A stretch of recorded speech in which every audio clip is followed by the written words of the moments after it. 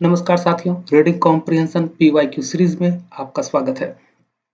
आज हम 2018 के प्रीवियस ईयर क्वेश्चंस कॉम्प्रिहेंशन के सॉल्व करेंगे और हम ये एबीक्यू मेथड से सॉल्व करेंगे।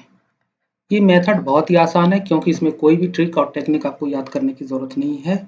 यह मेथड आपकी डेली लाइफ से जुड़ा हुआ है। अगर इस मेथड के तहत आपको पहले कॉम्प्रिहेंशन पढ़ने के बाद टॉपिक का पता करना होता है, इसके लिए प्रश्न करना होता है कि किसकी बात की गई है। जो छोटा सा उत्तर आएगा वो टॉपिक है। दूसरा, आपको थॉट का पता करना होता है, इसके लिए प्रश्न करना होता है कि क्या बात की गई है। और इसका जो एक सेंटेंस में उत्तर आता है वो विचार होता है या सेंट्रल आइडिया होता है। फिर हम इसी विचार को, इसी सेंट्रल आइडिया को अलग अलग विकल्पों में ढूंढते हैं और जिस भी विकल्प में वह थॉट मिल जाता है वह सही उत्तर होता है। आप इस मेथड को मेरी बुक एबीक्यू जो मेथड है वो इस बुक में आप पढ़ सकते हैं, समझ सकते हैं। कॉस्मोस पब्लिकेशन से ये बुक ऑनलाइन ऑफलाइन अवेलेबल है। साथ ही आप मेरे ऐप पर, अंगिका मेंटोरा ऐप पर मात्र 999 में एबीक्यू मेथड को आप समझ सकते हैं और साथ ही वहां पर आपको सी सेट की पूरी स्ट्रेटजी डिस्कस की गई होती है कि सी सेट आपको कैसे क्वालिफाई करना है। ठीक है, तो चलिए हम आगे बढ़ते हैं। ये रहा पहला परिच्छेद। विश्व की जनसंख्या 1990 में 1.6 अरब के लगभग थी। आज यह 7.2 अरब के लगभग है और बढ़ रही है। एक स्टेटमेंट है जिसमें एक डेटा दिया गया सिंपल सा। इस डेटा से क्या पता चल रहा है? पता यह चल रहा है कि विश्व की जनसंख्या बहुत तेजी से बढ़ रही है। जनसंख्या वृद्धि पर किए गए हाल के आकलनों से यह पूर्वानुमान होता है कि विश्व की जनसंख्या 2050 में 9.6 अरब और 2100 में 10.9 अरब हो जाएगी। इसका अर्थ क्या हुआ कि जनसंख्या आगे भी तेजी से बढ़ेगी। यूरोप और उत्तरी अमेरिका के असदृश, जहां केवल 3 से 4% जनसंख्या ही कृषि में लगी है, भारत की लगभग 47% जनसंख्या कृषि पर निर्भर है। अब देखिए, कह रहा है कि भारत की लगभग 47% जनसंख्या कृषि पर निर्भर है। इसका मतलब क्या है? इसका मतलब है कि भारत की लगभग आधी आबादी के लिए कृषि क्षेत्र सर्वाधिक महत्वपूर्ण है। ठीक है, यदि भारत सेवा क्षेत्र में लगातार प्रगति करता रहे और विनिर्माण क्षेत्र तेजी से बढ़ता रहे तो भी यह संभावना की जाती है कि लगभग 2030 के आसपास, जब भारत चीन से आगे निकलकर विश्व की सबसे अधिक जनसंख्या वाला देश होगा, भारत की लगभग 42% जनसंख्या प्रधान रूप से कृषि पर निर्भर होगी। फिर क्या कह रहा है कि विनिर्माण क्षेत्र भी आगे बढ़ेगा, सेवा क्षेत्र भी आगे बढ़ेगा, उसके बावजूद 2030 तक तब भी कृषि क्षेत्र में 42% जनसंख्या लगी रहेगी। मतलब कि 2030 तक भी कृषि क्षेत्र सबसे ज्यादा महत्वपूर्ण होगा भारत के लिए। क्यों? क्योंकि सबसे ज्यादा जनसंख्या उसी क्षेत्र पर निर्भर है। तो हम जान लेते हैं विषय क्या है। विषय मतलब किसकी बात की गई है? तो भारत में कृषि क्षेत्र पर निर्भरता की बात की गई है। बहुत ही आसानी से आप यह समझ सकते हैं। फिर विचार, क्या बात की गई है? तो देश की लगभग आधी जनसंख्या के लिए कृषि क्षेत्र महत्वपूर्ण है, ये बात की गई है। अब आपको यही विचार ढूंढना है अलग अलग विकल्पों में। देखिए, प्रश्न में आपसे पूछा गया है निष्कर्ष, तर्कसंगत, सर्वाधिक तार्किक और तर्कसंगत निष्कर्ष। हमें क्या ढूंढना है? यह विचार। चलिए ढूंढते हैं। ए, कृषि क्षेत्र की समृद्धता भारत के लिए क्रांतिक महत्व की है। ये बात तो बिल्कुल सही है। सही है मतलब इसमें पूरा विचार है। विचार क्या है कि कृषि क्षेत्र भारत के लिए महत्वपूर्ण है क्योंकि देश की लगभग आधी जनसंख्या जब उस पर निर्भर है तो भारत के लिए महत्वपूर्ण है। तो जो क्षेत्र आपके लिए महत्वपूर्ण है उसकी समृद्धता आपके लिए मायने रखती है और यही बात ए में है। तो ए में हमें पूरा विचार मिल गया। फिर भी बी, सी और डी को भी देख लेते हैं कि कहीं यहाँ भी तो विचार नहीं है। देखते हैं। भारतीय अर्थव्यवस्था प्रमुख रूप से इसकी कृषि पर निर्भर करती है। गलत। यहाँ पैसेज में जीडीपी में किसका क्या कंट्रीब्यूशन है इसकी बात नहीं की गई है। और फिर यहाँ विचार भी तो नहीं है। विचार भी नहीं है कि कृषि क्षेत्र महत्वपूर्ण है, ऐसा कोई विचार है इसमें? नहीं। सी, भारत को अपनी तेजी से बढ़ती जनसंख्या को नियंत्रित करने के लिए कठोर उपाय अपनाने चाहिए। यहाँ भी विचार नहीं है। डी, भारत के कृषि समुदायों को अपनी आर्थिक दशाओं में सुधार लाने के लिए अन्य व्यवसायों को अपना लेना चाहिए। यहाँ कहाँ विचार है कि भारत की अधिकांश जनसंख्या, लगभग आधी जनसंख्या कृषि पर निर्भर है या कृषि क्षेत्र की समृद्धता की बात या उसके क्रांतिक महत्व की बात, कोई बात डी में नहीं है, वो सिर्फ और सिर्फ ए में है। इसलिए अब आपको पक्का पता है कि आपका सही उत्तर क्या होगा, ए। चलिए आगे बढ़ते हैं। इस परिच्छेद को देखिए। खाद्यजात बीमारियां उत्पन्न करने वाले बहुत से रोगाणुओं के विषय में जानकारी नहीं है। ये एक स्टेटमेंट है। अब इसी स्टेटमेंट के इर्द गिर्द घूमेगा पूरा परिच्छेद। इसलिए जब भी आप पढ़ें तो स्टेटमेंट पर ध्यान देंगे और ज्यादातर कॉम्प्रिहेंशन स्टेटमेंट से शुरू होगा। क्या कहा जा रहा है कि खाद्यजात बीमारियां उत्पन्न करने वाले बहुत से रोगाणुओं के विषय में जानकारी नहीं है। तो जब आपको जानकारी नहीं है तो इसका मतलब क्या है? इसका मतलब है कि आप, चलिए इसको थोड़ा पढ़ लेते हैं फिर समझते हैं, नहीं तो कुछ ज्यादा जल्दीबाजी हो जाएगी। खाद्य संक्रमण खेत से लेकर थाली तक किसी भी चरण में हो सकता है, कहीं भी हो सकता है। क्यों? क्योंकि आपको ठीक से इसकी जानकारी नहीं है। आगे कह रहा है कि चूंकि खाद्य विषाक्तीकरण की अनेकों घटनाएं अप्रतिवेदित रह जाती है। अब देखिए कह रहा है कि बहुत सारी घटनाएं तो अप्रतिवेदित भी रह जाती है ना। वैश्विक खाद्यजात बीमारियों का सही प्रसार अज्ञात है। तो जो स्टेटमेंट में कहा गया है ना कि खाद्यजात बीमारियां उत्पन्न करने वाले बहुत से रोगाणुओं के विषय में जानकारी नहीं है, तो जब जानकारी नहीं होगी तो बहुत सारी चीजें, उसका प्रसार भी अज्ञात ही होगा। तो उसी बात को आगे भी डिटेल कर रहा है, कोई नई बात नहीं कर रहा। आगे देखिए, अंतर्राष्ट्रीय पर्यवेक्षण में सुधार के कारण जन जागरूकता में बढ़ोतरी हुई है। तदपि खाद्य उत्पादन में तीव्र वैश्वीकरण से खाद्य को नियंत्रित करना तथा अनुरेखित करना कठिनतर होने के कारण उपभोक्ता की भेद्यता बढ़ गई है ना। कि कह रहा है कि खाद्य जागरूकता में बढ़ोतरी तो हुई है, लेकिन क्या हो गया फिर? ग्लोबलाइजेशन। तो ग्लोबलाइजेशन से क्या हुआ कि हम अभी भी उपभोक्ता के रूप में हमारी भेद्यता बढ़ गई है ग्लोबलाइजेशन की वजह से। क्योंकि भारत का खाद्य जो है कहीं और का यहाँ, वो पूरे वर्ल्ड में सर्कुलेट हो रहा है। और स्टेटमेंट में क्या कहा गया है कि हमें बहुत से रोगाणुओं के विषय में तो पता ही नहीं है, जानकारी नहीं है, हम सुभेद्य हैं। ठीक है, तो ऐसे में हमारी भेद्यता तो और भी बढ़ जाएगी ना। आगे कह रहे हैं कि WHO के एक अधिकारी का कथन है, विश्व हमारी प्लेट पर है। क्लियर है? अब देखते हैं यहाँ पे किसकी बात की गई है। तो वैश्वीकरण और खाद्य जात बीमारियों का प्रसार, इसकी बात की गई है। और इसके बारे में क्या बात की गई है? विचार। बात यह की गई है कि वैश्वीकरण से खाद्य विकल्पों में बेतहाशा वृद्धि हुई है, जिससे उपभोक्ता की भेद्यता और बढ़ गई है। एक तो हमें पहले भी ठीक से जानकारी नहीं था, बहुत से रोगाणुओं के विषय में जानकारी नहीं थी, उसके बाद वैश्वीकरण, तो वैश्वीकरण ने और भी हमारी भेद्यता को बढ़ा दिया है। अब इसी विचार को आपको ढूंढना है।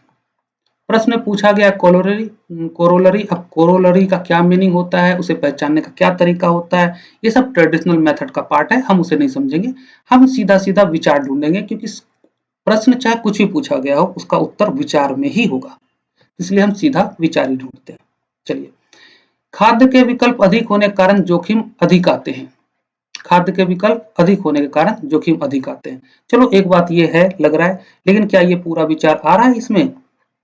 देखते हैं, आगे भी देख लेते हैं हम। बी, समस्त खाद्यजात बीमारियों का उद्गम खाद्य प्रसंस्करण है। गलत है, यहाँ तो विचार है ही नहीं। सी, हमें केवल स्थानीय उत्पादित खाद्य पर निर्भर रहना चाहिए। यहाँ भी वह विचार नहीं है, क्योंकि स्टेटमेंट क्या है? स्टेटमेंट है कि बहुत से रोगाणुओं के विषय में जानकारी नहीं है, चाहे वो स्थानीय हो या वैश्विक हो, है ना। डी देखिए, खाद्य उत्पादन के वैश्वीकरण में कटौती लानी चाहिए। नहीं, विचार कहाँ है? विचार ए में है कि खाद्य के विकल्प अधिक होने के कारण जोखिम अधिक आते हैं। वैश्वीकरण से क्या हो गया? खाद्य का विकल्प अधिक हो गया। एक यहाँ पर देखिए कथन भी दिया हुआ है, विश्व हमारी प्लेट पर है, और जितना ज्यादा खाद्य के विकल्प होंगे उतनी ही भेद्यता बढ़ेगी, उतना ही जोखिम बढ़ेगा। क्यों? क्योंकि हमें बहुत से रोगाणुओं के विषय में जानकारी नहीं है और बहुत सारी घटनाएं तो अप्रतिवेदित रह जाती हैं। ठीक है, तो देखिए पूरा का पूरा विचार हमें कहाँ मिल रहा है? विकल्प ए में, इसलिए हमारा सही उत्तर क्या होगा? विकल्प ए। अब इस परिच्छेद 3 में आते हैं। मैं वैज्ञानिक हूं, मेरा सौभाग्य कि मैं इस प्रकार का व्यक्ति हूं जो विज्ञान के साधनों का उपयोग करके प्रकृति को समझ सकता है। लेकिन, अब देखिए जहां लेकिन, किंतु, परंतु ऐसे वर्ड आ जाए तो उसको आप सर्कल करके उसके बाद वाले सेंटेंस पर ध्यान देंगे, क्योंकि उसके बाद ही मुख्य विचार होता है। हम लोग भी जब बात करते हैं, आप भी बात करते हैं, तो जब आप लेकिन, किंतु, परंतु का यूज करते होंगे तब ध्यान दीजिएगा कि मुख्य मुद्दा जो होता है आप इस वर्ड के बाद ही बोलते हैं। कह रहा लेकिन यह भी स्पष्ट है कि कुछ महत्वपूर्ण प्रश्न सचमुच में ऐसे हैं जिनका उत्तर वास्तव में विज्ञान नहीं दे सकता। ये बात वैसे भी सच्चाई है। जैसे कि कुछ भी ना होने के स्थान पर कुछ क्यों है, विज्ञान इसका उत्तर नहीं दे सकता। हम यहाँ क्यों हैं, उन दायरों में मैंने पाया, कह रहा है कि ऐसे दायरों में लेखक ने पाया कि आस्था इनके उत्तर के लिए बेहतर मार्ग उपलब्ध कराती है। बेहतर उत्तर कौन देता है इसके लिए, आस्था। तो बेसिकली क्या बता रहा है वैज्ञानिक, विज्ञान की सीमा बता रहा है। कुछ ऐसे प्रश्न हैं जिसका उत्तर विज्ञान नहीं दे पाता, आस्था देती है। तो विज्ञान की अपनी एक सीमा है। मैं इसको विषम रूप से काल दोष युक्त पाता हूं कि आज की संस्कृति में एक व्यापक धारणा प्रतीत होती है कि वैज्ञानिक और आध्यात्मिक विचार असंगत है। अब वो आज की एक धारणा के बारे में बात कर रहा है। धारणा क्या है कि वैज्ञानिक और आध्यात्मिक विचार असंगत है, और इस धारणा को लेखक कैसा पाता है, काल दोष युक्त पाता है। मतलब लेखक इस धारणा से इत्तेफाक नहीं रखता। क्लियर। चलिए अब हम देखते हैं कि किसकी बात की गई है परिच्छेद में। तो वैज्ञानिक और आध्यात्मिक विचार के बीच संबंध की बात की गई है। लेखक कह रहा है ना कि कुछ उत्तर जो है विज्ञान नहीं दे सकता। वो कौन दे सकता है, वो दे सकता है अध्यात्म। ठीक है। और इस बारे में क्या बात की गई, बात यह की गई कि वैज्ञानिक और आध्यात्मिक विचार संगत हैं अथवा पूरक हैं। क्यों, ये कैसे निकल रहा है विचार, विचार देखिए यहां से निकल रहा है ना कि वैज्ञानिक और आध्यात्मिक विचार असंगत हैं। और लेखक क्या कह रहा है कि इस विचार को वह काल दोष युक्त पाता है। मतलब इस विचार से वह राजी नहीं है, इत्तेफाक नहीं रखता। तो इसका मतलब है कि लेखक इस बात से इत्तेफाक रखता है कि दोनों एक दूसरे के संगत हैं अथवा पूरक हैं। चलिए हम ढूंढते हैं अब इसी को।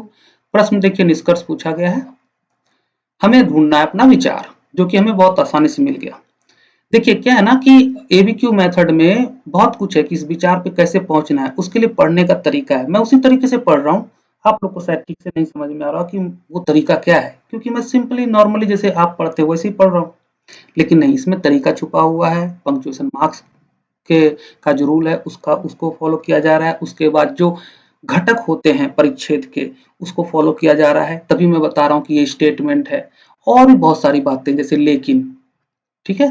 तो ये जो पूरा एक्सप्लेनेशन है, जो डिस्कशन हम करेंगे, वो भाषा और मनोविज्ञान के आधार पर करेंगे। और एबीक्यू मेथड यही है, भाषा और मनोविज्ञान के आधार पर परिच्छेद का विश्लेषण करना, उसका अध्ययन करना। ठीक है। चलिए विचार ढूंढते हैं। यह विज्ञान ना होकर आस्था है जो अंततः मानव जाति की सभी समस्याओं को सुलझा सकता है। नहीं, कुछ प्रश्न ऐसे हैं जिसका विज्ञान उत्तर नहीं दे सकता, आस्था दे सकती है। लेखक ये कह रहा है विज्ञान और आस्था आपस में संपूरक हो सकते हैं यदि उनके समुचित दायरों को समझ लिया जाए। ये बात सही बात है। लेखक ये तो कह रहा है कि जो धारणा बनी हुई है कि वैज्ञानिक और आध्यात्मिक विचार असंगत हैं, इस धारणा के को लेखक एक्सेप्ट नहीं कर रहा है। मतलब लेखक मानता है कि वो संगत हैं, वो पूरक हैं। प्रॉब्लम क्या है, प्रॉब्लम ये है कि विज्ञान जो है वो कुछ प्रश्न के उत्तर नहीं दे सकता। क्यों, क्योंकि विज्ञान की अपनी सीमा है, और उसी तरह अध्यात्म की अपनी सीमा है। अगर हम इनकी सीमाओं को समझ लें, हम जान जाएं, तो हम कभी भी इसमें कोई अंतर करने का प्रयास नहीं करेंगे, इसको अलग करने का प्रयास नहीं करेंगे। ये संगत है। ठीक है। तो बी में विचार आ रहा है, सी देखते हैं। कुछ ऐसे अत्यंत मूलभूत प्रश्न हैं जिनका उत्तर विज्ञान अथवा आस्था किसी से नहीं दिया जा सकता या नहीं दे सकते। तो ऐसी कोई बात है ही नहीं, और हमारा विचार इसमें नहीं है। डी देखिए, आज की संस्कृति में वैज्ञानिक विचारों के आध्यात्मिक विचारों की तुलना में अधिक महत्व दिया गया। दोनों में कोई तुलना नहीं की गई है, कोई तुलना नहीं की गई है। लेखक कह रहा है कि दोनों संगत है, बट उसके दायरे को हमें जानना पड़ेगा। और ये पूरी बात कहाँ है, बी में। तो बी हमारा सही उत्तर है। अगला देखते हैं। यद्यपि मैंने बहुत सी पुरानी परंपराओं एवं प्रथाओं को त्याग दिया है, और मैं उत्सुक हूं कि भारत स्वतः उन सभी बीड़ियों को उतार फेंके जो उन्हें बांधती है, रोकती है और उसके लोगों को विभाजित करती है, और उनमें से अधिसंख्य लोगों का दमन करती है तथा शरीर एवं आत्मा के स्वतंत्र विकास को रोकती है। लेखक सिंपल सी बात कर रहा है कि मैंने उन सभी भेड़ियों को, पुरानी परंपराओं को तोड़ दिया है जो शरीर एवं आत्मा के विकास को रोकती है। सारी नहीं बोल रहा है, सारी परंपराओं को तोड़ने की बात नहीं कर रहा है, सारी प्रथाओं को तोड़ने की बात नहीं कर रहा। उससे मुक्त होने की बात नहीं कर रहा। बात किससे मुक्त होने की कर रहा है? वैसी परंपराएं, वैसी प्रथाएं जो कि उसके शारीरिक शरीर एवं आत्मा के स्वतंत्र विकास को रोकती है। ठीक है। यद्यपि मैं ये सब चाहता हूं फिर भी अपने आप को अतीत से पूरी तरह काटना नहीं चाहता। देखिए, एकदम स्पष्ट कर दिया। लेकिन ऊपर ही हम भाषा के माध्यम से समझ चुके थे कि लेखक का विचार क्या है। आगे वो और भी स्पष्ट कर दे रहा है कि वह अतीत से पूरी तरह अपने आप को काटना नहीं चाहता। वो सिर्फ उन प्रथाओं को, परंपराओं को तोड़ना चाहता है, उससे मुक्त होना चाहता है जो उसके शरीर और आत्मा के विकास को रोकती है। आगे देखिए, मुझे अपनी महान विरासत पर गर्व है जो हमारी रही है और है भी, और मैं सचेत हूं कि मैं भी, हम सब सभी तरह उस अटूट श्रृंखला की कड़ी हूं जो इतिहास के उषा काल के भारत के अविश्वसनीय अतीत से संबंधित है या संबद्ध है। ठीक है। मतलब यह अपने अतीत से, गौरवशाली अतीत से जुड़ा हुआ है। सिर्फ वैसी परंपराओं, रूढ़ियों, प्रथाओं को ये तोड़ रहा है या उससे मुक्त हो रहा है जो उसके शरीर और मानसिक विकास को बाधित करता है। क्लियर? तो बात किसकी की गई है? कौन से विषय पर बात की गई है? शरीर एवं आत्मा का स्वतंत्र विकास की बात की गई है। और इस बारे में, शरीर एवं आत्मा के स्वतंत्र विकास के बारे में क्या बात की जा रही है? बात यह की जा रही है कि अतीत से कटे बिना शरीर एवं आत्मा के स्वतंत्र विकास को रोकने वाली पुरानी परंपराओं एवं प्रथाओं को त्याग देना। अब ये पूरा का पूरा विचार आपको ढूंढना है। या तो पूरा का पूरा विचार होगा किसी ऑप्शन में, या आंशिक होगा, लेकिन सिर्फ और सिर्फ लेखक का विचार होगा, उससे अलग कुछ नहीं होगा। ठीक है। अगर उससे कुछ अलग है तो वो गलत होगा। तो चलिए विचार ढूंढते हैं। यहाँ भी क्वेश्चन पढ़ने की जरूरत नहीं है, लेकिन फिर भी चलो पढ़ते हैं। लेखक चाहता है कि भारत अपने को अतीत के बंधनों से मुक्त करे, क्योंकि आपको पहले उत्तर पता है, शरीर और मन के विकास के लिए। क्योंकि वह भूतकाल के औचित्य को नहीं समझ पा रहा है। वो तो सिर्फ ऐसे बंधनों को, परंपराओं को, रूढ़ियों को तोड़ रहा है ना जो उनके मन और शरीर के विकास को बाधित कर रहा है। अपने अतीत से तो वो जुड़ा रहना चाह रहा है ना? और जुड़ा है भी गौरवशाली अतीत से। गलत। और हमें विचार नहीं मिला। ऐसा कुछ नहीं है जिस पर गर्व किया जा सके। गौरवशाली अतीत तो है। गलत। सी, उसकी भारत के इतिहास में रुचि नहीं है। रुचि नहीं है तो इतना बड़ा बात वो लिख कैसे रहा है, बोल कैसे रहा है? ठीक है। विचार हमारा नहीं मिल रहा, हम एलिमिनेट नहीं कर रहे हैं, हम विचार ढूंढ रहे हैं ना। विचार ए में भी नहीं मिला, बी में भी नहीं मिला, सी में भी नहीं मिला। ऑब्वियसली डी आंसर होगा, लेकिन देखते हैं कि क्या इसमें विचार है। वे उसके भौतिक और आध्यात्मिक विकास को रोकते हैं। बस। अतीत के बंधनों को क्यों तोड़ना चाह रहा है वो? बहुत सारे बंधनों को। क्यों? क्योंकि उसके भौतिक यानी कि शरीर और आध्यात्मिक यानी कि मन के विचार को, विकास को रोकते हैं। तो हमारा उत्तर क्या है? डी। अब पूरे कॉन्फिडेंस के साथ डी उत्तर लगा दीजिए, यही सही है। क्यों? क्योंकि विचार सिर्फ और सिर्फ डी में है। यही रूल हर एक परिच्छेद में काम करता है, हर एक परिच्छेद में, है ना। आगे हम देखेंगे, अभी तो बहुत सारे करने हैं ना, मैं 19, 20, 21, 22 बहुत सारे करने हैं। चलो अगला देखते हैं। ये थोड़ा बड़ा लग रहा है। अब शिक्षा की सार्वभौम पहुंच प्रदान करने की मात्र बात करना हमारे लिए पर्याप्त नहीं है। ठीक है भाई, पहले था कि सार्वभौम पहुंच की बात करना हमारे लिए महत्वपूर्ण था, लेकिन लेखक क्या कह रहा है कि अब नहीं है। विद्यालय सुविधाएं उपलब्ध कराना एक आवश्यक पूर्वापेक्षा तो है, किंतु ध्यान देना, किंतु यह सुनिश्चित करने के लिए कि सभी बच्चे विद्यालय जाएं और सीखने की प्रक्रिया में भाग लें, यह अपर्याप्त है। केवल स्कूल बना देना हर जगह, उससे यह नहीं सुनिश्चित होता ना कि सारे बच्चे स्कूल जाएंगे ही और स्कूल में जो पठन पाठन या सीखने की प्रक्रिया हो रही है उसमें भाग लेंगे ही। लेखक यही बात कह रहा है। इसलिए लेखक कह रहा है, अभी बहुत सारी बातें लेखक बताएगा जिस वजह से लेखक कह रहा है कि सिर्फ अब सार्वभौम पहुंच की बात करना पर्याप्त नहीं है। मतलब उससे कहीं और आगे जाकर के हमें बात करनी है, या इस इससे भी आगे कुछ हमें करना है। देखते हैं लेखक क्या कह रहा है।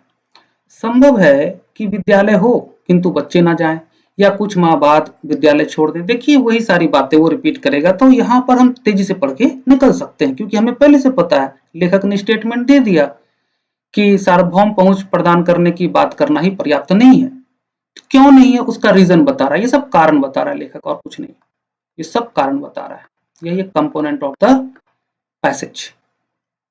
आगे कह रहा है कि विद्यालय और सामाजिक सुव्यवस्था, सोशल मैपिंग द्वारा हमें व्यापक सामाजिक, आर्थिक, सांस्कृतिक और अवश्य ही भाषाई और शैक्षिक मुद्दों को तथा उन कारकों को जो कमजोर वर्गों और सुविधा वंचित समूहों के बच्चों को, लड़कियों को भी नियमित विद्यालय जाने और प्रारंभिक शिक्षा पूरी करने से रोकते हैं, सुलझाना होगा।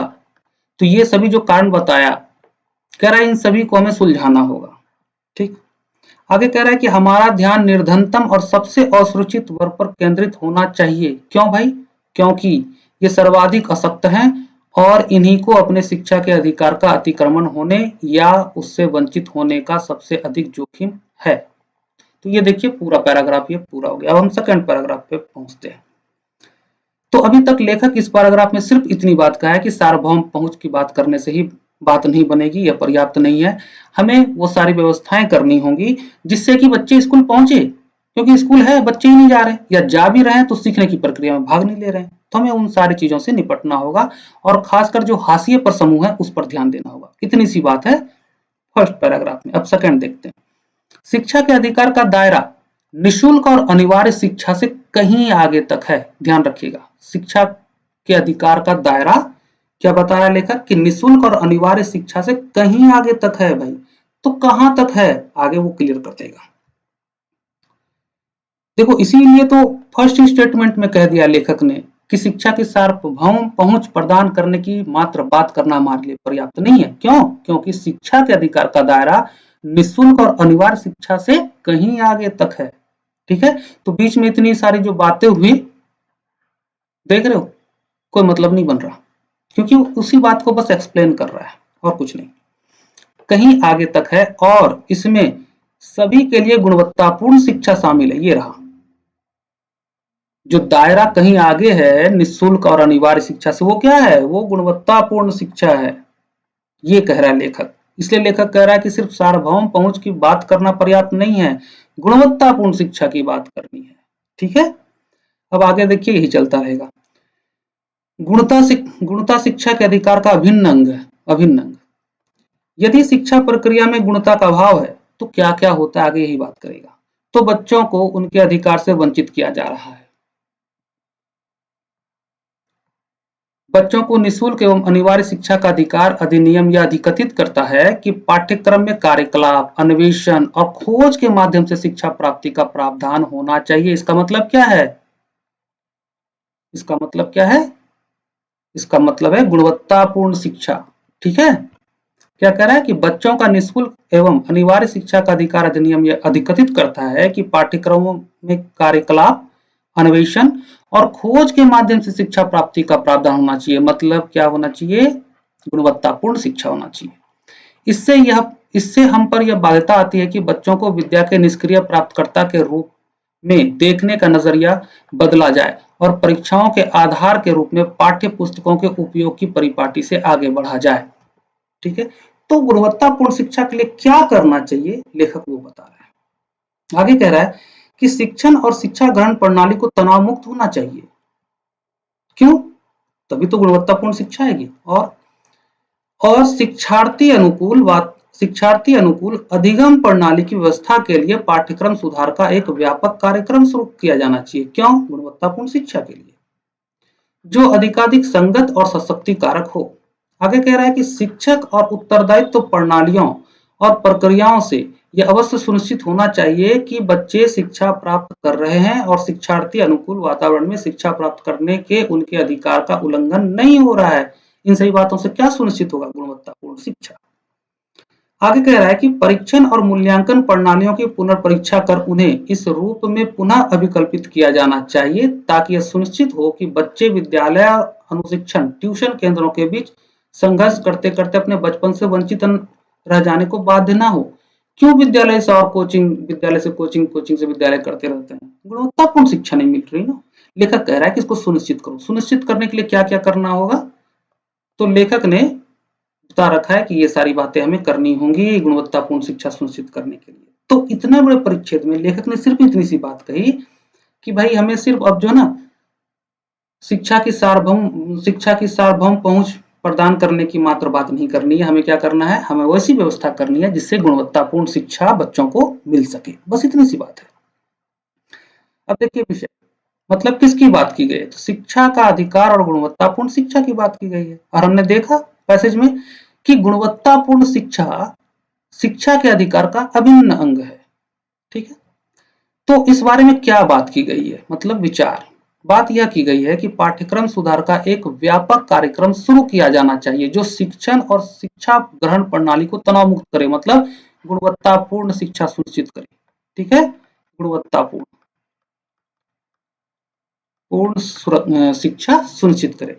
तो अब हमें क्या करना है, इसी विचार को ढूंढना है अलग अलग प्रश्नों में। देखिए इसमें कई सारे प्रश्न आए हैं, 1 2 3 4 प्रश्न है और उत्तर हमें सिर्फ एक ही विचार से मिलेगा। चारों में हम एक ही विचार ढूंढेंगे, क्या, गुणवत्तापूर्ण शिक्षा। चलिए ढूंढते हैं। पहला प्रश्न देखिए, इस परिच्छेद के अनुसार निम्नलिखित में से किसका या किनका शिक्षा के अधिकार के अधीन सर्वोपरि महत्व है। आपको क्या ढूंढना है, गुणवत्तापूर्ण शिक्षा। चलिए ढूंढते हैं। स्टेटमेंट फर्स्ट, सभी माता पिता द्वारा अपने बच्चों को विद्यालय भेजा जाना। तो विद्यालय भेज दिए तो क्या गुणवत्तापूर्ण शिक्षा मिल जाएगी? नहीं, लेखक ने बताया ना कि विद्यालय के अंदर पाठ्यक्रम, शिक्षार्थी अनुकूल वातावरण, ये सारी चीजें होना चाहिए, तभी तो गुणवत्तापूर्ण शिक्षा मिलेगी। तो देखिए स्टेटमेंट फर्स्ट क्या गुणवत्तापूर्ण शिक्षा सुनिश्चित करता है? नहीं करता है, गलत हो गया। 2 देखते हैं, विद्यालयों में पर्याप्त भौतिक आधारभूत संरचना की व्यवस्था। तो क्या इससे गुणवत्तापूर्ण शिक्षा सुनिश्चित हो जाएगी? नहीं, गलत। तीसरा देखते हैं, शिक्षार्थी अनुकूली शिक्षा प्राप्ति प्रणाली। हाँ, शिक्षा प्राप्ति प्रणाली कैसी होनी चाहिए? शिक्षार्थी अनुकूली। विकसित करने हेतु पाठ्यक्रम सुधार। लेखक ने बताया है कि गुणवत्तापूर्ण शिक्षा के लिए करना होगा। तो देखिए गुणवत्तापूर्ण शिक्षा की बात इसमें आ गई, तो स्टेटमेंट 3 सिर्फ सही है, तो आंसर क्या हो जाएगा? सी। अब दूसरे प्रश्न में भी पूर्वधारणा पूछा गया है, हम यहां भी वही ढूंढेंगे, गुणवत्तापूर्ण शिक्षा। पहला स्टेटमेंट, शिक्षा का अधिकार बच्चों की शिक्षा प्राप्ति प्रक्रिया के लिए शिक्षक का उत्तरदायित्व होने की गारंटी देता है। तो शिक्षार्थी अनुकूली वातावरण ये कौन तैयार करेगा? शिक्षक करेगा। ठीक है, और पैसेज में पूरा लेखक ने बताया है कि गुणवत्तापूर्ण शिक्षा के लिए क्या क्या करना है, जरूरी है। ये देखिए सारी बातें यही कही गई है। तो आप देख रहे हैं कि अगर शिक्षक का उत्तरदायित्व तय हो जाता है तो गुणवत्तापूर्ण शिक्षा प्राप्त हो जाएगी। तो पहला स्टेटमेंट में विचार मिल रहा है, ये सही है। दूसरा देखते हैं, शिक्षा का अधिकार विद्यालयों में बच्चों के 100% नामांकन होने की गारंटी देता है। नहीं, शिक्षा का अधिकार गुणवत्तापूर्ण शिक्षा की गारंटी देता है, 100% नामांकन की नहीं। गलत, विचार नहीं मिला हमें गुणवत्तापूर्ण शिक्षा। थर्ड देखते हैं, शिक्षा के अधिकार का आशय जनांकीय लाभांश का पूरा लाभ उठाना है। नहीं, शिक्षा के अधिकार का आशय है गुणवत्तापूर्ण शिक्षा सुनिश्चित करना। गलत, तो यहां भी विचार नहीं मिला, 2 में भी नहीं मिला, 3 में भी नहीं मिला, किसमें मिला? 1 में। तो उत्तर क्या होगा? ए, केवल 1। अब प्रश्न 7 और 8 इन दोनों में भी हम क्या ढूंढेंगे? गुणवत्तापूर्ण शिक्षा। अब क्वेश्चन देख लीजिए, इस परिच्छेद के अनुसार शिक्षा में गुणता लाने हेतु निम्नलिखित में से कौन सा एक निर्णायक है? विद्यालय में बच्चों की और शिक्षकों की भी नियमित उपस्थिति। नियमित उपस्थिति से गुणवत्तापूर्ण शिक्षा सुनिश्चित होगी क्या? कोई जरूरी नहीं है, गलत। शिक्षकों को प्रोत्साहित करने के लिए उन्हें आर्थिक लाभ प्रदान करना। गलत। शिक्षक का उत्तरदायित्व तय करना, इससे गुणवत्तापूर्ण शिक्षा होगी। आर्थिक लाभ देने से क्या सुनिश्चित हो जाएगी? सी देखते हैं, बच्चों की सामाजिक सांस्कृतिक पृष्ठभूमि को समझना, क्या इससे हो जाएगा सुनिश्चित? नहीं। डी, कार्यकलाप और खोज के माध्यम से शिक्षा प्राप्ति का अंतर्निवेशन, हाँ इससे होगी। तो आंसर हो गया डी। तो हमने इसमें भी क्या ढूंढा? गुणवत्तापूर्ण शिक्षा। अब 8 में भी हम यही ढूंढेंगे, सारभूत संदेश पूछा गया है, हमें क्या ढूंढना है? गुणवत्तापूर्ण शिक्षा। ए देखिए, शिक्षा का अधिकार अब मूल अधिकार है या नहीं है, ये हमारा मैटर नहीं है। शिक्षा का अधिकार गुणवत्तापूर्ण शिक्षा सुनिश्चित करने की गारंटी देता है, ये हमारा मैटर है। गलत। बी देखिए, शिक्षा का अधिकार समाज के निर्धन और दुर्बल वर्गों के बच्चों को विद्यालय जाने को समर्थ बनाता है। समर्थ बनाए या ना बनाए वो अलग मैटर है। शिक्षा का अधिकार गुणवत्तापूर्ण शिक्षा की गारंटी देता है, ये विचार बी में नहीं है, तो बी भी गलत। सी, निःशुल्क एवं अनिवार्य शिक्षा के अधिकार में सभी के लिए गुणवत्तापूर्ण शिक्षा शामिल होना चाहिए, यही तो लेखक बात कर रहा है। पूरा का पूरा विचार मिल गया, सी हमारा उत्तर सही है। डी भी देख लेते हैं, सरकार को और माता पिता को भी यह सुनिश्चित करना चाहिए कि सही बच्चे विद्यालय जाएं। जाने से क्या होगा? सुनिश्चित हो जाएगा क्या गुणवत्तापूर्ण शिक्षा? कोई गारंटी नहीं है, तो इसका उत्तर है सी। देखिए, सिर्फ एक विचार से हम 4 प्रश्न को कितने आराम से सॉल्व कर लिए, जबकि अमूमन क्या करते हैं स्टूडेंट कि जो बड़े पैसेज होते हैं उसको स्किप कर देते हैं। नहीं, बड़े पैसेज छोटे पैसेज से ज़्यादा आसान होता है। छोटे पैसेज में जो मीनिंग होता है, लेखक का विचार, उसका इंटेंट, वो बिटवीन द लाइन होता है, जिसको पकड़ना थोड़ा मुश्किल हो जाता है। हालाँकि मेरे साथ मुश्किल नहीं होगा, बहुत आसानी से समझ जाएँगे। बड़े पैसेज इसलिए आसान होते हैं ना, क्योंकि इसमें जो बात कही गई होती है उसको अच्छे